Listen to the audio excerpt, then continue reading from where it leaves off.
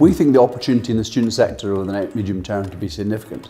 It is a sector that is underpinned by prestigious and globally renowned universities that drive strong demand from both domestic and international students. We see continued growth in the international markets, particularly from China, as the education infrastructure there is becoming more aligned to UK education. Post-Brexit, we're envisaging a more stable position within European students, albeit seeing a shift towards more postgraduate away from undergraduate. Then there's the domestic market. We envisage from 2021 a rise in 18-year-olds applying for university, the first time we have seen a rise in almost a decade. We expect to see the greatest growth in the student sector over the next 5 years, concentrated amongst the stronger university cities. So keeping up the quality, giving students choice and good value for money, measured by a strong Net Promoter Score, and picking the right locations to me in the right cities will be the key themes. The PRS sector has enormous potential. There is estimated to be between 34 and 38 billion of capital attracted to the sector, and there's very good reasons for this. 7.2 million homes is the estimated number of homes we need for rent in the UK, and currently we've got about 4.5 million. But last year that was 4.7 million.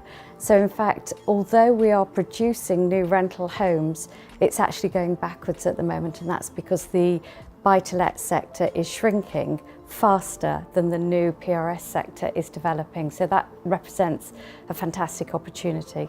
There is enormous potential throughout the UK for new rental homes, so every urban city has that potential. Right at the forefront is London, of course. It's probably one of the best rental cities in the world. It's also why I'm so excited about the Transport for London joint venture that we've created, and that will bring in its first phase 3,000 new homes around tube station sites, but obviously there's potential for a lot more. But it's more than London, it's also Bristol, Birmingham, Leeds. We always think about PRS as being just about the buildings, and we talk a lot about the amenity, but I think what's going to differentiate people in the future is also about the quality of service and the quality of experience that the customer can have in the buildings. So I think that how people would distinguish themselves is by the quality of the buildings, the quality of the amenity, but almost important by the quality of the management that occurs within the buildings. There's an extraordinary opportunity in the senior living sector over the medium to long term. Our research at L&G says there's something around 12 million homeowners over 65, growing to 20 million over the next 20 years. We conservatively estimate that 3 million of those are actively looking to downsize, and yet 7,000 homes were delivered for this market last year.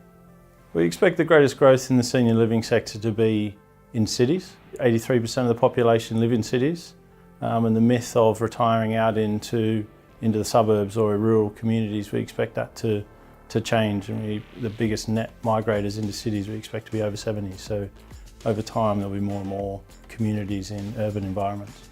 The key themes developing that we see now and over the next 5 years is all focused on the resident, great outcomes for customers, and that's going to be the product we deliver, and we're thinking similar in later living. And what I mean by that is it's not a real estate transaction, this is a lifestyle. So what's the technological solution for our residents? What's the well-being solution? How do we focus on fitness and well-being? Financial product innovation. So it's a much more holistic vision of what senior living is.